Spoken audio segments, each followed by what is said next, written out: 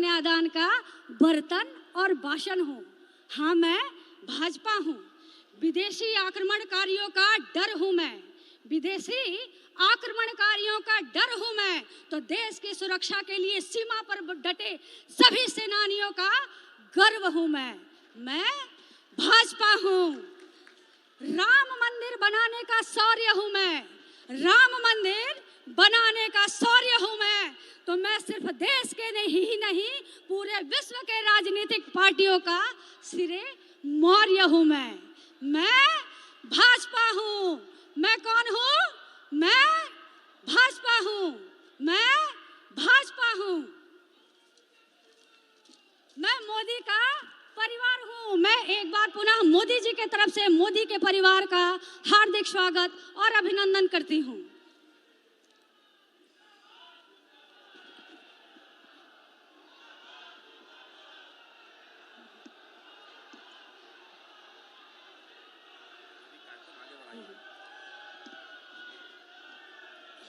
कार्यक्रम को आगे बढ़ाते हुए मैं प्रत्याशी लोकसभा श्री विष्णु दयाल राम जी से आग्रह करूंगी कि वो अंग वस्त्र, पुस्तक और नीलांबर पीतांबर का मोमेंटो देकर प्रधानमंत्री जी का स्वागत करेंगे। श्री विष्णु दयाल राम जी।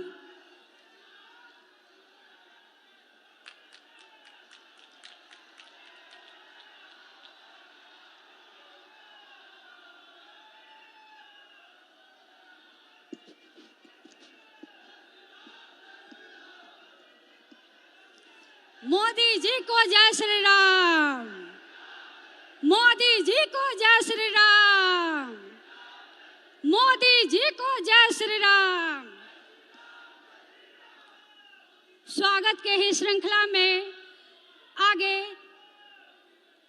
श्री आलोक चौरसिया और भानु प्रताप शाही जी से आग्रह करूंगी कि वो राधा कृष्ण का मोमेंटो देकर प्रधानमंत्री जी का स्वागत करेंगे।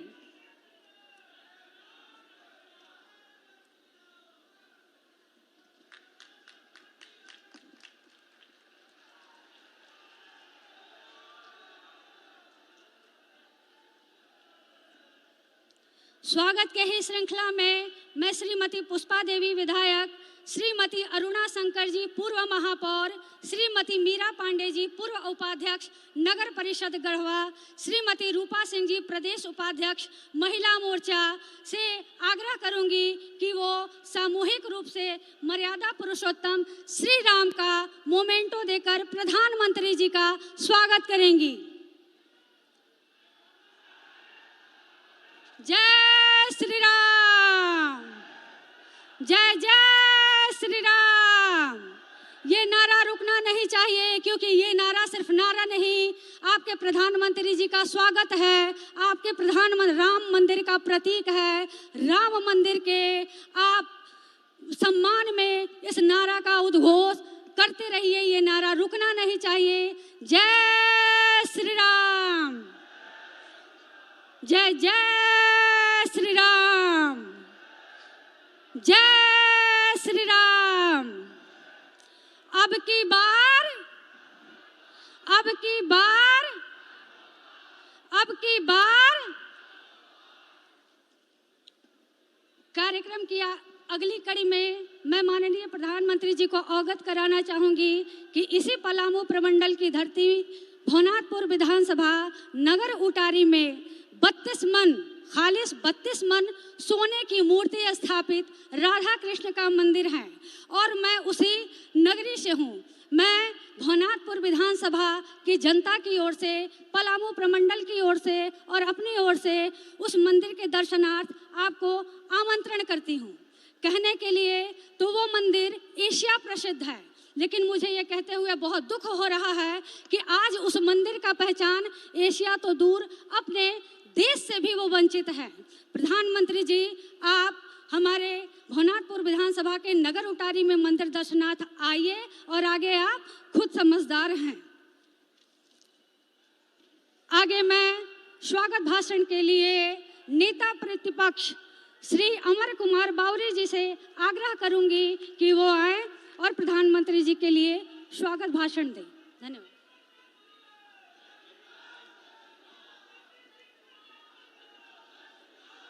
जय श्री राम।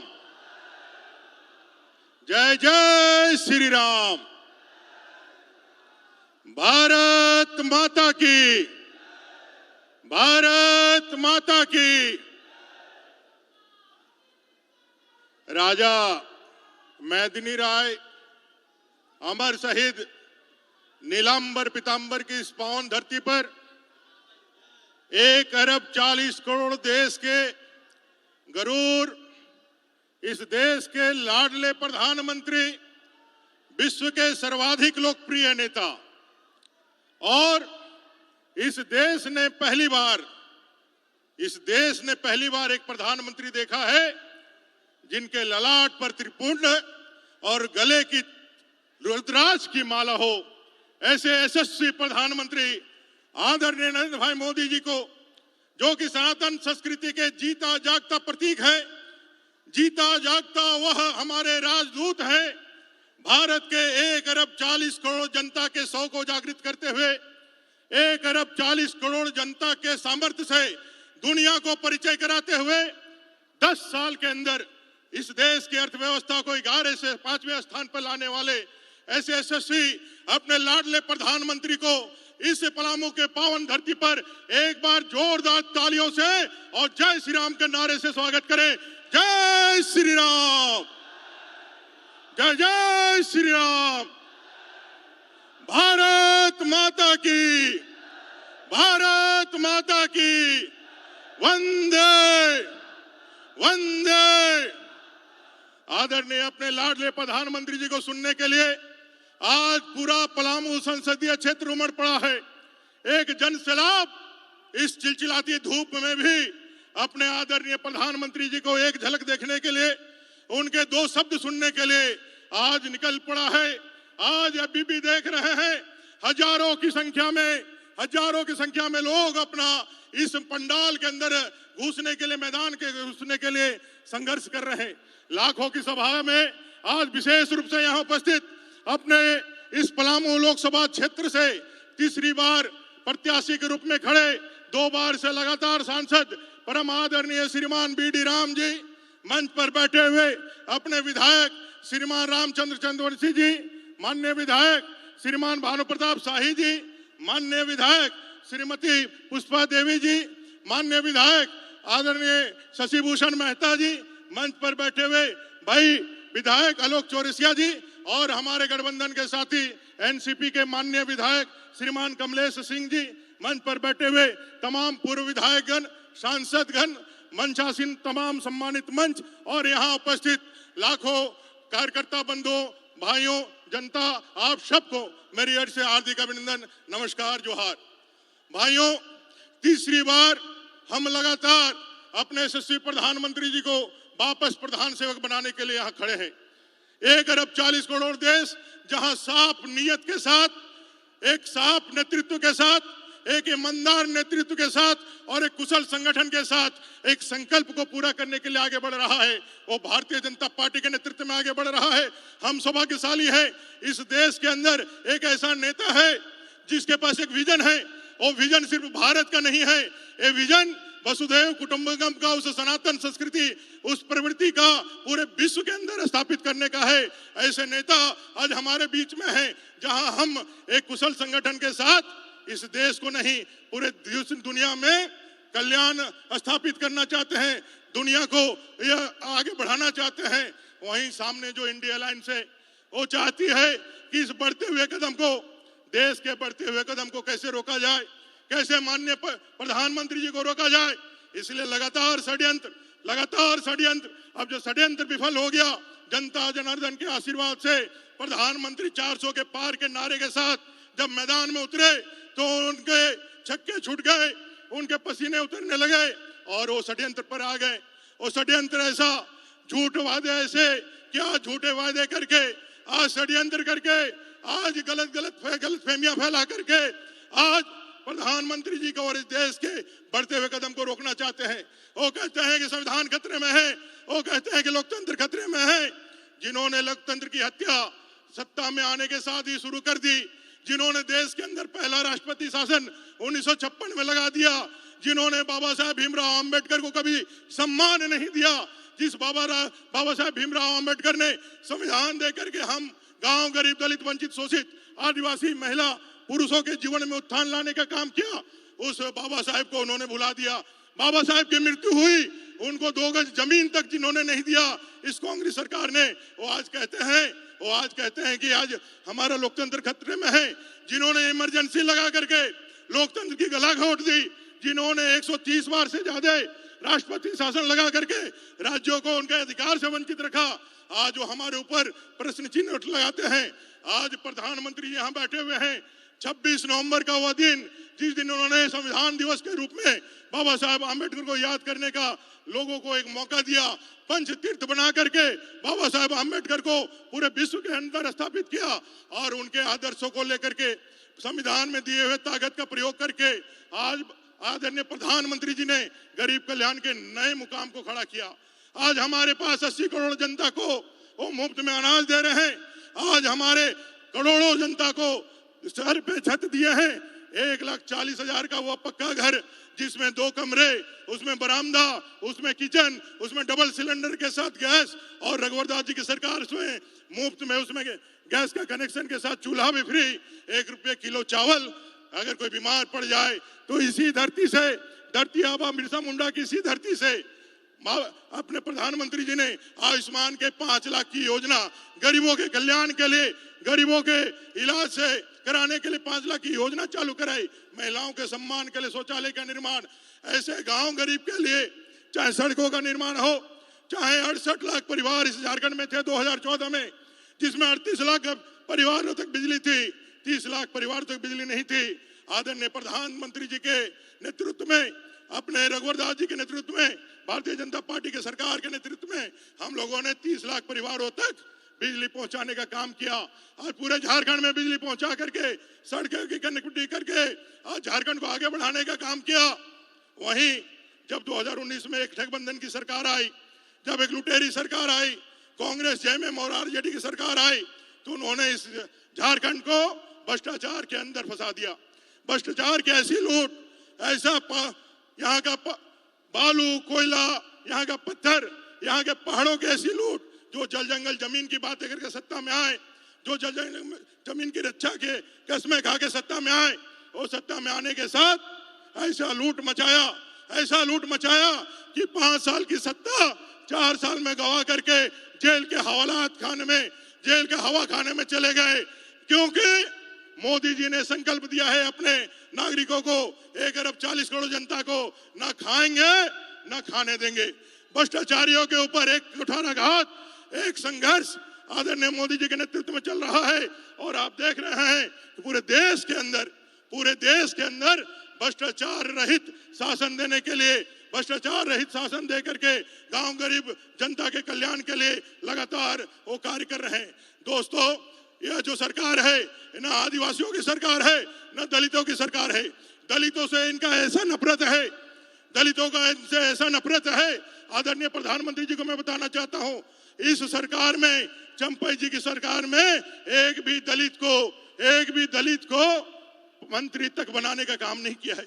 14% यहाँ रहने वाले दलित भाइयों, यह एक रिजर्व सीट है, दलित सीट है। मैं यहाँ की जनता से कहना चाहता हूँ, जब वो आए आपसे वोट मांगने के लिए, तो आप उनसे पूछे क्यों वैद्यनाथ राम जी को वारंट निकाल करके शपथ का और उनको शपथ लेने नहीं दिया। दलितों का अपमान इससे बड़ा नहीं हो सकता है। इसका जवाब कांग्रेस, जेएमएम और आरजेडी से पूछना चाहिए। क्यों अपना अनुसूचित जाति आयोग में अभी तक चेयरमैन आपने नहीं बना? क्यों इस तुष्टीकरण, इस्लामी तुष्टीकरण के कारण आपने मुरुमातू में, पांडु के उस मुरुमातू में दर्जनों मुजहर परिवार को मुस्लिमों ने अपने भूमि से खदेड़ दिया और आज भी वो निर्वासित जीवन व्यतीत कर रहे हैं। आज भी वो निर्वासित जीवन व्यतीत करके विस्थापित जीवन व्यतीत कर रहे हैं। आदरणीय प्रधानमंत्री जी, आपके नेतृत्व में अगर आप नहीं रहे प्रधानमंत्री के रूप में, आप ऐसा कार्य करें कि दलित आदिवासियों को इस मुस्लिम तुष्टीकरण से करने वाली सरकारों का सफाया हो जाए और लव जिहाद, लैंड जिहाद के बाद जो वोट जिहाद की बातें करते हैं, उनको इस पूरे भारत की भूमि से हम निर्मूल कर दे, ऐसा संकल्प लेते हुए, चूंकि अभी प्रधानमंत्री जी को आगे भी कार्यक्रम में जाना है, हजारों लोग इस सभा में भाग लेने के लिए आ रहे हैं, लेकिन चूंकि प्रधानमंत्री जी के समय के मर्यादा को ध्यान में रखते हुए जितनी जल्दी हो सके प्रशासन से भी आग्रह होगा, जितनी जल्दी हो सके सारे लोगों को आप अंदर लाने का काम करिए। वो सैकड़ों किलोमीटर दूर से अपने लाडले प्रधानमंत्री जी को सुनने के लिए आना चाहते हैं, आ रहे हैं, इसलिए बिना व्यवधान किए हुए उनको अंदर आने का परमिशन दीजिए, उनको अंदर आने का अब मौका दीजिए। इतना ही कहते हुए सभी आराम से शांति से बैठेंगे और आदरणीय प्रधानमंत्री जी को सुनेंगे। उनको बुलाने से पहले मैं चाहूंगा कि सभी अपने अपने मोबाइल हाथ में निकाल ले और अपना फ्लैश लाइट जला ले। सभी भाइयों से आग्रह होगा, अपने मोबाइल को निकाल ले और अपने फ्लैश लाइट जला ले और दोनों हाथों को ऊपर करके आदरणीय प्रधानमंत्री जी को मैं बुलाना चाहता हूं, इसलिए सभी लोग अपना फ्लैश लाइट उठा ले और आदरणीय प्रधानमंत्री जी को इस नीलांबर पीतांबर मेदिनी राय की धरती में जोरदार नारे के स्वागत करें। भारत माता की, भारत माता की, भारत माता की जय श्री राम, जय जय श्री राम, जय श्री राम, जय जय श्री राम। मैं आग्रह करूंगा आदरणीय प्रधानमंत्री जी को, अपने लाडले प्रधानमंत्री जी को, पलामू की धरती आपको सुनने के लिए तैयार है। आदरणीय प्रधानमंत्री जी से आग्रह होगा कि हमारा मार्गदर्शन करिए, हमें अपने संकल्प को दोहराने के लिए, विकसित भारत के संकल्प को दोहराने के लिए आमंत्रित करिए। आदरणीय प्रधानमंत्री जी जोरदार तालियों के साथ भारत माता की, भारत माता की। धन्यवाद। आप सब लोगन के प्रणाम।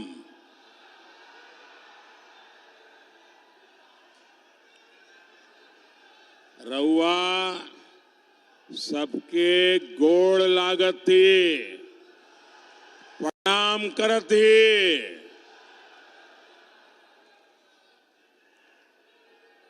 ऐसा लग रहा है आपने जेएमएम और कांग्रेस को दिन में ही तारे दिखा दिए।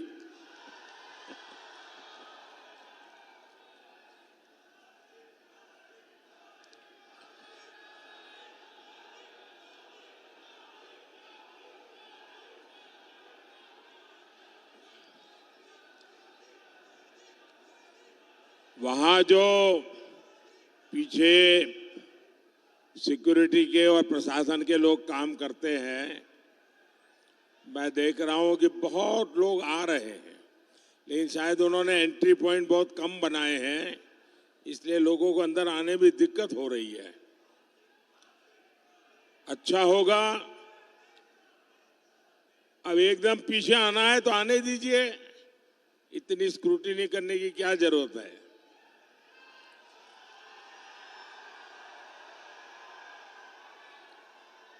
बहुत बड़ी मात्रा में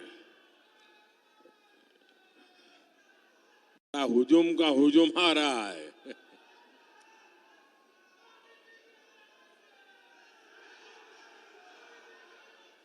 शायद यहां से मेरी बात वो प्रशासन वालों को सुनाई देगी कि नहीं मुझे मालूम नहीं, अदरवाइज यहाँ के कोई व्यक्ति जाके वहां समझाएं ताकि ज्यादा लोग अंदर आ सकें।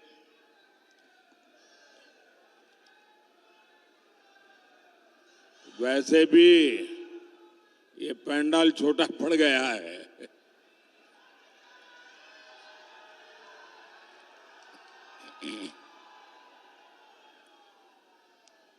साथियों, मैंने लंबे अरसे तक पार्टी के संगठन का काम किया है।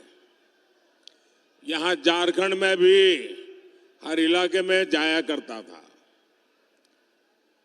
चुनाव लड़वाए भी हैं, चुनाव लड़े भी हैं, लेकिन सुबह 10 साढ़े 10 बजे इतनी बड़ी रैली करने की हिम्मत मैं नहीं कर सकता था।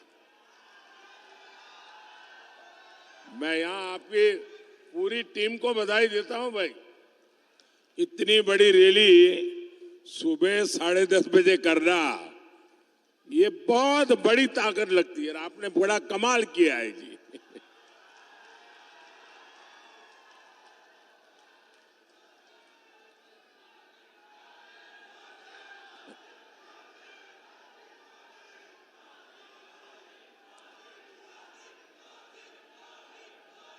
ये धरती शहीद नीलांबर पीतांबर की धरती है। मैं इस धरती को प्रणाम करते हुए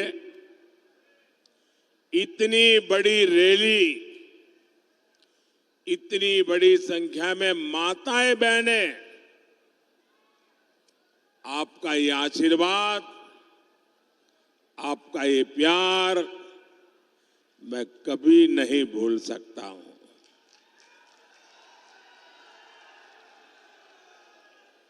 भाइयों और बहनों, आप सभी अपने एक वोट के महत्व को बहुत अच्छी तरह जानते हैं। 2014 में आपके एक वोट ने ऐसा काम किया कि पूरी दुनिया भारत के लोकतंत्र की ताकत को सलाम करने लग गई थी। आपने 2014 में अपने एक वोट से कांग्रेस की महाभ्रष्ट सरकार को हटा दिया था। आपके एक वोट ने बीजेपी एनडीए की सरकार बनाई और आपके इस एक वोट की ताकत का परिणाम क्या हुआ? आज भारत का पूरी दुनिया में डंका बज रहा है।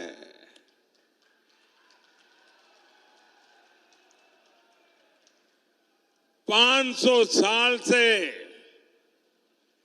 हमारी कितनी ही पीढ़ियां संघर्ष करती रही, इंतजार करती रही, लाखों लोग शहीद होते रहे। 500 साल लंबा अविरत संघर्ष चला।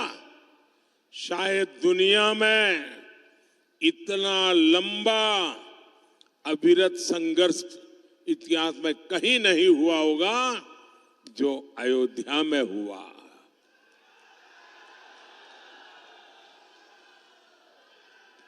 आपके वोट की ताकत देखिए, आपके वोट की ताकत देखिए।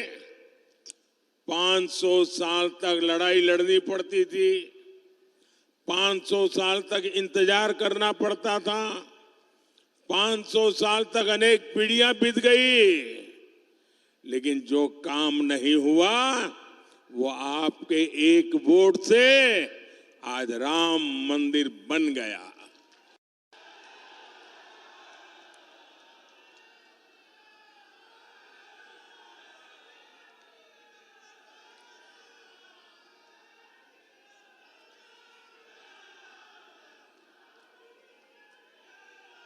देश आजाद हुआ, जम्मू कश्मीर में आए दिन खतरे की घंटी बजती रहती थी। जम्मू कश्मीर का क्या होगा चिंता रहती थी। बम धमाके, गोला बारूद कश्मीर से वही सुनाई देता था। आपके एक वोट की ताकत देखिए। आपने जम्मू कश्मीर देखा भी नहीं होगा, लेकिन आपके वोट की ताकत देखिए। जो 370 की दीवार थी, आपके इस वोट ने 370 की 370 की उस दीवार को जमीन दोस्त करके जमीन में गाड़ दिया।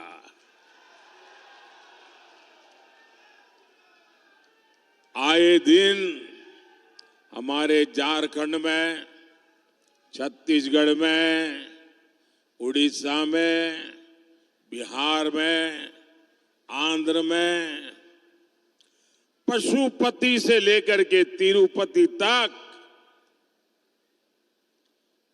नक्सलवाद,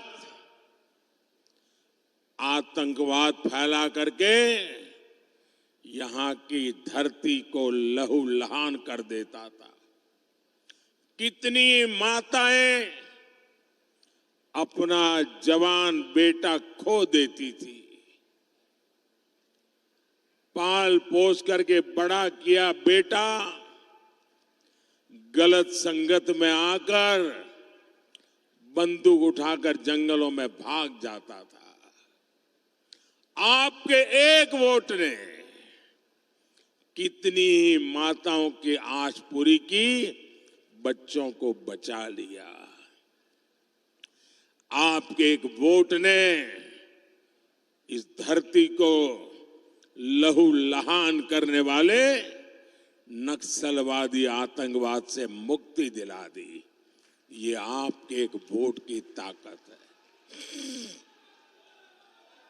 साथियों, याद करिए कांग्रेस के समय क्या हाल था। यहां बम फूटते थे, आतंकवादी गोलियां चलाते थे, निर्दोषों को मौत के घाट उतारते थे, और दिल्ली की सरकार पाकिस्तान को लव लेटर भेजती थी। लव लेटर, अमन की आस लगाती थी, अमन की आस। पाकिस्तान जितने लेटर जाता थे उससे ज्यादा आतंकी भेजता था, और बम गोले लेकर वो देश में खून की होली खेलते थे। और जब आपने एक वोट दिया ना, उस वोट ने मुझ में इतना दम भर दिया, इतना दम भर दिया, मैंने आते ही कह दिया इनफ इज इनफ, बहुत हो चुका है, अब ये खेल नहीं चलेगा। मां भारती का अपमान नहीं सहूंगा, निर्दोषों को नहीं मारने दूंगा। आज नया भारत डोजियर नहीं भी देता, ये नया भारत है घर में घुसकर मारता है। सर्जिकल स्ट्राइक, एयर स्ट्राइक के तमाचे ने पाकिस्तान को हिलाकर रख दिया था। पहले एक समय ऐसा था, कोई महीना ऐसा नहीं जाता था कि जब झारखंड, बिहार के इस इलाके से देश की सेवा करते करते हमारे नौजवान सीमा पर शहीद न होते हो, कश्मीर में शहीद न होते हो, और तिरंगे में लिपट करके उनकी शरीर वापस न आते हो। ये हर महीने चलता था। आज वो सब बंद हो चुका है। ये आपके वोट ने किया है। एक वो स्थिति थी जब आतंकी हमले के बाद कांग्रेस की डरपोक सरकार दुनिया भर में जा जाकर रोती थी। ये स्थिति कि पाकिस्तान, वो वक्त चला गया जब हम दुनिया में जाकर के रोते रहे। आज स्थिति ये है, पाकिस्तान दुनिया भर में जा जा करके रो रहा है, बचाओ बचाओ चिल्ला रहा है। आज पाकिस्तान के नेता कांग्रेस के शहजादे को पीएम बनाने के लिए दुआ कर रहे हैं, लेकिन मजबूत भारत तो अब मजबूत सरकार ही चाहता है। ये दृश्य दिखाता है पूरा हिंदुस्तान में से हर कोई कहता है मजबूत भारत के लिए मजबूत सरकार के लिए मोदी सरकार। फिर एक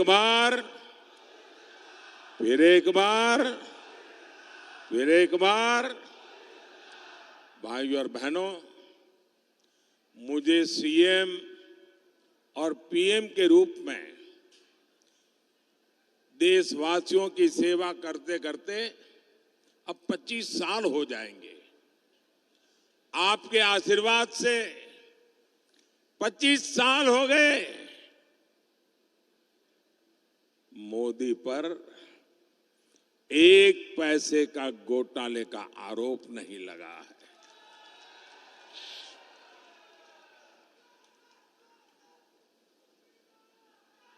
और मेरे लिए तो मेरी ये मां बहनें बैठी है ना, उनकी दुआ, उनके आशीर्वाद ही मेरे लिए बहुत है, काफी है। मुझे जीवन में और किसी की जरूरत नहीं है जी। मैं आज भी पद, प्रतिष्ठा, सुख, समृद्धि, इन सब से दूर वैसा ही हूं जैसा आपने मुझे यहां भेजा था। मोदी मौज नहीं, मिशन के लिए पैदा हुआ है। जेएमएम कांग्रेस के नेताओं ने भ्रष्टाचार से अपार धन संपदा खड़ी की है। मेरे पास अपनी साइकिल भी नहीं है, न मेरा घर है।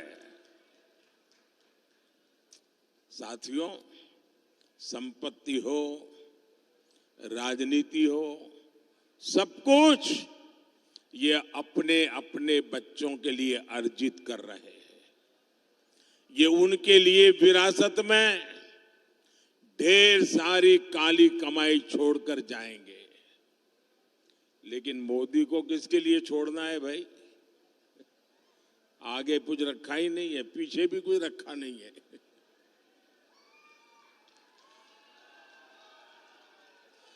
मेरे वारिस तो आप सब ही है। आपके बच्चे, आपके नाती पोते, यही मेरे वारिस है। मेरी इच्छा है मैं विरासत में आपको, आपके बच्चों को विकसित भारत देकर के ही जाऊं, ताकि आपको कभी मुसीबत भरी जिंदगी जीने की नौबत ना आए, आपका अच्छा जीवन हो, आपको वो सब न देखना पड़े जो मेरे जैसे परिवार, जो मैंने कभी देखा था, मेरे जैसे लाखों करोड़ों परिवारों ने देखा है। मैं वो स्थितियों से देश को मुक्ति दिलाना चाहता हूं। भाइयों बहनों, मेरे जीवन को आप भली भांति जानते हैं। मैं गरीबी का जीवन जीकर आया हूं। मैंने गरीबी को जिया है। गरीब की जिंदगी कितनी तकलीफ वाली होती है ना, उससे मैं गुजरते गुजरते यहां आया हूं। इसलिए 10 वर्षों में गरीब कल्याण की हर योजना की प्रेरणा मेरे अपने जीवन के अनुभव से जन्म लिया है। जब आज मैं लाभार्थियों से मिलता हूं तो खुशी के मारे मेरी आंख में से आंसू निकल आते हैं। और ये आंसू वही समझ सकता है जिसने गरीबी देखी हो, जिसने कष्ट में जीवन गुजारा हो, जिसने मां को धुएं में खांसते देखा नहीं, उसको ये आंसू कभी भी समझ नहीं आ सकते। जिसने अपना पेट बांधकर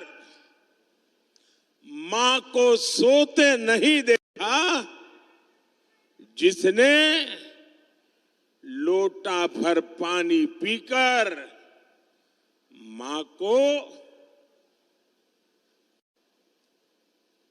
भूख मिटाते नहीं देखा, जिसने अपनी बीमारी को छिपाते नहीं देखा, शौचालय के अभाव में पीड़ा और अपमान सहती मां को नहीं देखा, वो मोदी के इन आंसुओं का मर्म नहीं समझेगा। लेकिन भाइयों और बहनों, ये कांग्रेस के साजिदे मोदी के आंसुओं में अपनी खुशी ढूंढ रहे हैं। कहते हैं मोदी के आंसू अच्छे लगते हैं। ये निराश हताश लोग अब इतने कुंठित हो गए हैं। एक कहावत है, जाके जाके पांव न फटे बिवाई, जाके पांव न फटे बिवाई, सो क्या जाने पीर पराई। कांग्रेस के शाहजादे की हालत वही है। वो तो गर्व से कहते हैं कि उनके घर में कई प्रधानमंत्री थे, खुद चांदी के चम्मच से खाते रहे, गरीब की, दलित आदिवासी की झोपड़ी में फोटो खिंचवाते रहे, लेकिन गरीब के लिए कुछ नहीं किया। मोदी के 10 साल के सेवा काल में 25 करोड़ देशवासी गरीबी से बाहर निकले हैं। इसलिए वो आज भाजपा को आशीर्वाद दे रहे हैं। यही मेरे गरीब भाई बहन है, उन्हीं के आशीर्वाद, यही तो मेरी शक्ति है, यही तो मेरी पूंजी है। साथियों, कांग्रेस ने, उसके सहयोगियों ने पलामू को भी तो अपने हाल पर छोड़ दिया था। दिल्ली में बैठे इनके नेताओं को नक्शा दिखाकर पूछ लीजिए कि पलामू कहां है तो पता ही नहीं होगा। ऐसे ही जिलों में देश के सबसे ज्यादा दलित, आदिवासी, पिछड़े ये मेरे भाई बहन रहते हैं। लेकिन इसकी उन्हें परवाह ही नहीं थी। ऊपर से ऐसे जिलों को पिछड़ा जिला कहकर पलामू को अपमानित किया जाता था। ये तो बैकवर्ड डिस्ट्रिक्ट है, बैकवर्ड डिस्ट्रिक्ट, यानी कोई अच्छा अफसर यहां आने को तैयार नहीं। ये हाल बना के रखा। आपने मुझे 2014 में सेवा का मौका दिया। मैंने कहा ऐसे नहीं चलेगा। मैंने पिछड़ा सारी जो इन जिलों को उन्होंने बैकवर्ड करके बर्बाद करके रखा था ना, मैंने कहा ये आकांक्षी जिले हैं, यहाँ के लोगों के भी सपने हैं, यहाँ के लोगों की भी आकांक्षाएं हैं। मैं उससे मरने नहीं दूंगा, मैं उसमें नई जान भर दूंगा और मैं इन आकांक्षी जिलों को होनहार जिला बना करके रहूंगा। पहले अफसर ऐसे जिलों में आने से डरते थे। अफसरों को लगता था कि यहां पोस्टिंग मतलब मेरा पनिशमेंट पोस्टिंग हो गया, सजा देने के लिए मुझे तैनात किया जाता था। मैंने देश के सबसे अच्छे अफसरों को पलामू में लगाया। अब मेरे पलामू के लोगों की मेहनत देखिए। पलामू में आकांक्षी जिला कार्यक्रम से शुरू होने से पहले और अब आसमान जमीन का फर्क आ गया है। 100 में से सिर्फ 14 गरीब परिवार ऐसे थे जिनके पास पक्के घर थे। आंकड़ा याद रहेगा, 100 में से 14। आज पलामू में करीब करीब हर परिवार के पास पक्का घर हो रहा है। और मैं आपको भी कहता हूं, जब इस चुनाव अभियान में आप गांव-गांव जाएंगे ना, और गांव में कहीं भी कच्चा मकान दिखे, कोई परिवार को अजीब पक्का घर पहुंचा नहीं है, ऐसे एक दो लोग मिल सकते हैं, उनको नाम पता लेकर के मुझे भेज दीजिए। मैं आपको गारंटी देता हूं, मैं आपको गारंटी देता हूं, तीसरे टर्म में जब मैं अगली बार प्रधानमंत्री बनूंगा, उनका घर पक्का बना करके दे दूंगा। और आप लोग भी मुझे जानते हो नहीं जानते हो, आप मान लीजिए मेरे लिए आप ही मोदी हैं, जाके गारंटी दे देना। आकांक्षी जिला, ये कार्यक्रम शुरू होने से पहले यहां 100 में से 80 परिवार अंधेरे में रहने के लिए मजबूर थे। ये भी आंकड़ा याद रखिए, 100 में से 80 परिवार अंधेरे में। आज पलामू के हर घर, हर स्कूल में बिजली है। पहले पलामू की 100 में 3 ग्राम पंचायतों में इंटरनेट था। आज यहां हर गांव डिजिटल क्रांति का हिस्सा है। ये सब मोदी ने किसके लिए किया भाई? ये मोदी किसके लिए मेहनत करता है? किसके लिए करता है? किसके लिए करता है? ये मुझे संतोष हो रहा है कि मैं आपकी इस प्रकार से सेवा कर रहा हूं। ये मैं आपके बच्चों के लिए कर रहा हूं, मैं ये आपके उज्जवल भविष्य के लिए कर रहा हूं। और भाइयों बहनों, आज मैं पलामू को बधाई देने के साथ ही आपको सतर्क करने भी आया हूं।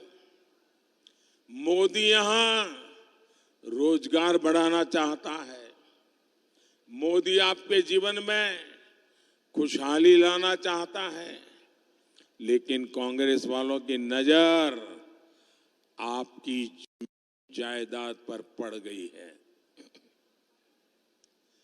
कांग्रेस हो या जेएमएम हो, उनको और कुछ नजर ही नहीं आता है। और ये कांग्रेस ने अभी अपना मैनिफेस्टो निकाला है और बेईमानी देखिए, वो कह रहे हैं कि वो आपका एक्सरे करेंगे, एक्सरे।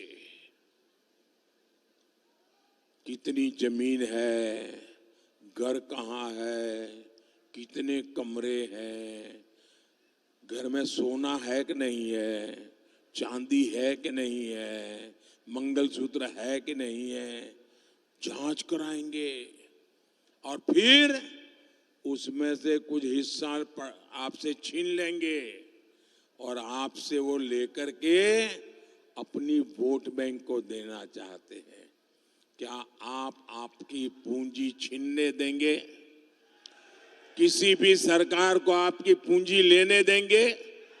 आपकी मेहनत की कमाई, बचाई हुई कमाई किसी को देने देंगे? आपके पूर्वजों ने जो दिया है वो किसी को देने देंगे? ये आपकी कमाई का, आपकी फसल का, आपके बंधन का हिस्सा भी हड़प लेना चाहते हैं। साथियों, कांग्रेस और इंडी गठबंधन ने एक और खतरनाक बात कही है। ये लोग अब एससी, एसटी, ओबीसी का आरक्षण छीन लेना चाहते हैं। जब हमारा संविधान बन रहा था, तब संविधान निर्माताओं ने मिलकर तभी एक बात तय की थी और ये पक्का हो गया था, सही सिक्के हो गए थे कि भारत में कभी भी धर्म के आधार पर आरक्षण नहीं दिया जाएगा। लेकिन अब ये कांग्रेस और उनके चट्टे बट्टे ये जेएमएम और आरजेडी साहब,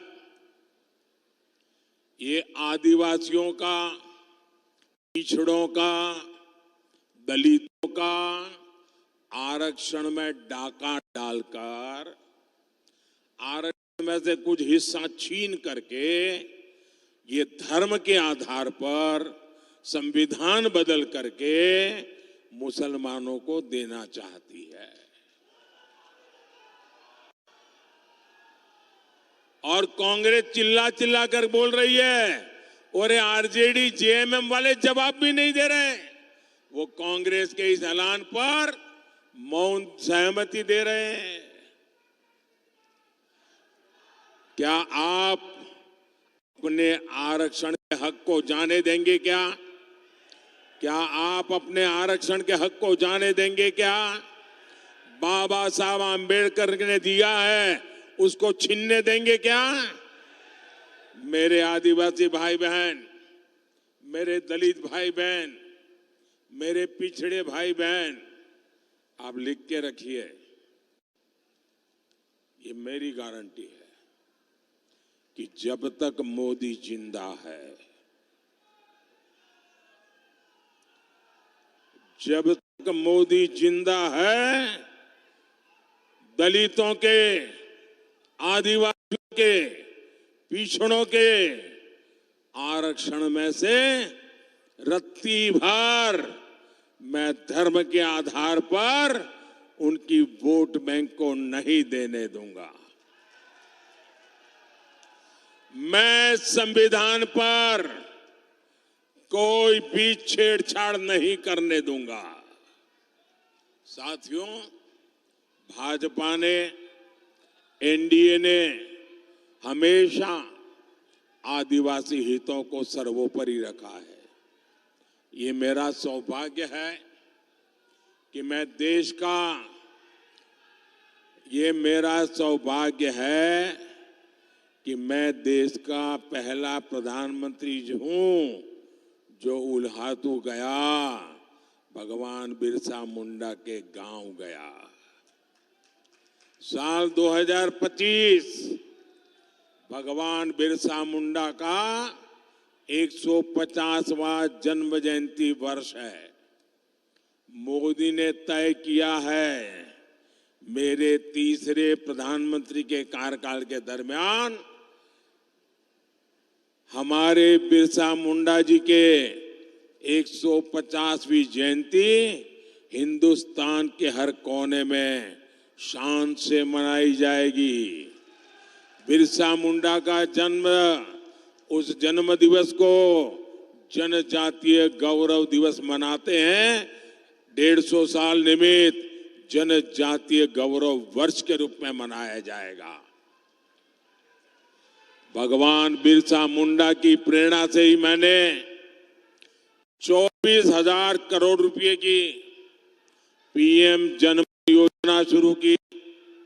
इसका लाभ आदिवासियों में भी जो सबसे पिछड़ी जनजातियां हैं उन्हें होगा। भाइयों और बहनों, बीते 10 साल में मोदी ने आपको पक्का घर दिया है, बिजली, गैस, पानी दिया है।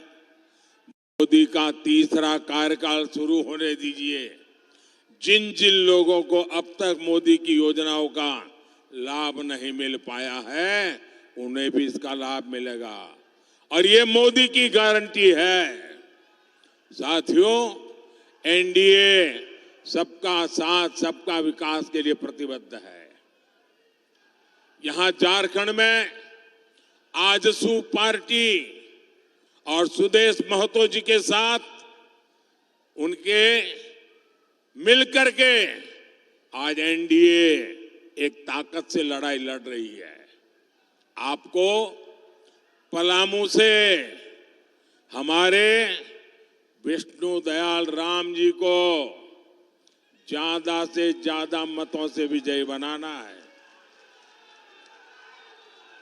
ये हमारे विष्णु दयाल जी इतने सरल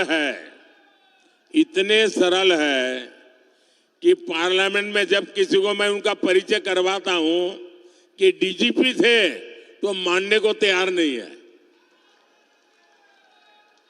एकदम सरल, जमीन पर रह करके सुख दुख के साथी ऐसे आपके उम्मीदवार हैं। देश को ऐसे लोगों की जरूरत है।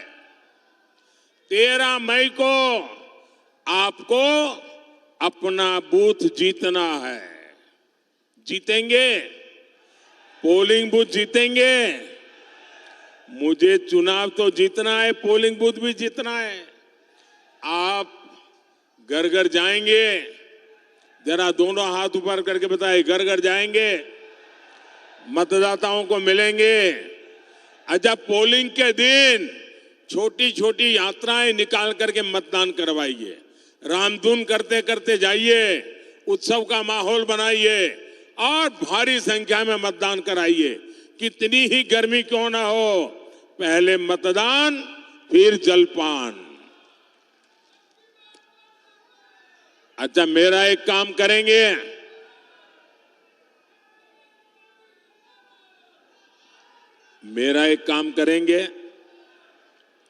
जरा मुझे बताइए, मेरा एक काम करेंगे? हाथ ऊपर करके बताइए, मेरा एक काम करेंगे? मेरा पर्सनल काम है, करेंगे? ये चुनाव का काम नहीं है, करेंगे? ये मोदी का काम है, करेंगे? मेरा एक काम करना, घर घर जाना, जाकर के कहना कि मोदी जी आए थे और मोदी जी ने आपको जय श्री राम कहा है। मेरा जय श्री राम पहुंचा देंगे? पक्का पहुंचा देंगे? बोलिए भारत माता की, भारत माता की, भारत माता की। बहुत बहुत धन्यवाद।